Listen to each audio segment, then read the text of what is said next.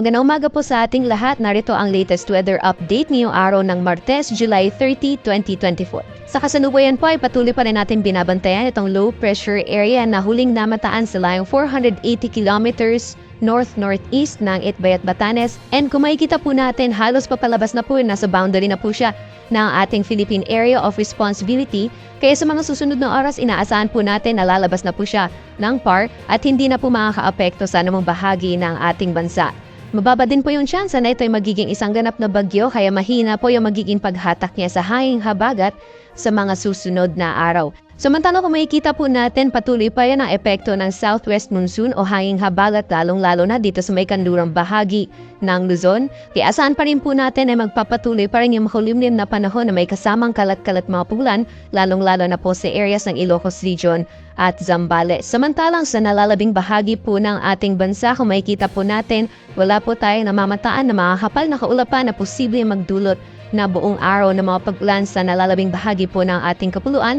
Kaya asahan po natin ngayong araw ang mainit na panahon, lalong-lalo na pagdating ng tanghali at may mga tsansa naman na mga isolated rain showers or thunderstorms o mga biglaang pagbuhos ng ulan pagdating naman sa hapon o sa gabi. Samantala sa mga susunod na araw, liban po dito sa binabantayan natin na low pressure area, ay wala na po tayong ibang binabantayan na low pressure area o bagyo sa loob at labas ng ating Philippine Area of Responsibility.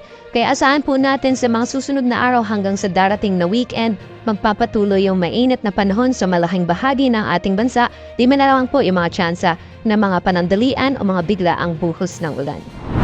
Sa magiging lagay ng panahon dito sa Luzon, patuloy pa rin yung epekto ng southwest monsoon sa may kanlurang bahagi ng Luzon. Asahan po natin ang maulan na panahon sa Ilocos Region pati na rin sa Zambales. Samantala sa nalalabing bahagi naman po ng Luzon, mainit po pagdating ng tanghali, pero pagdating po sa hapon o sa gabi, may mga chance na makakaranas po tayo ng mga isolated thunderstorms. Although yung areas po dito sa may western section ng Luzon, dyan po sa ilang bahagi ng Cordillera, sa Central Luzon, sa western section po ng Calabar Zone, dyan sa Cavite, Batangas, pati na rin sa may area ng Rizal, at dito sa Occidental Mindoro, kahit ngayong umaga, posible pa rin yung mga biglaang buhos ng ulan, pero pagdating ang puntang hali, magiging mainit yung panahon at may mga chance ulit na mga pag-ulan pagdating naman sa hapon o sa gabi. Sa agwat naman po ng temperatura ngayong araw sa mga piling syudad dito sa Luzon, Forlawag, pati na rin sa Tuguegarao, Legazpi at dito po sa Metro Manila, maximum temperatures po natin aabot ng 32 degrees Celsius, para naman sa Baguio na sa 17 to 22 degrees Celsius at 24 to 31 degrees Celsius naman para sa Tagaytay. Para naman po sa agwat ng temperatura para sa mga piling syudad ng Palawan, Visayas at Mindanao, para sa Calayan Islands at Puerto Princesa, maximum temperatures po natin aabot ng 32 degrees Celsius. Para naman sa piling syudad dito sa Visayas, for Iloilo at Cebu, maximum temperatures po natin aabot ng 32 degrees Celsius, 25 or 26 to 31 degrees Celsius naman para sa Tacloban.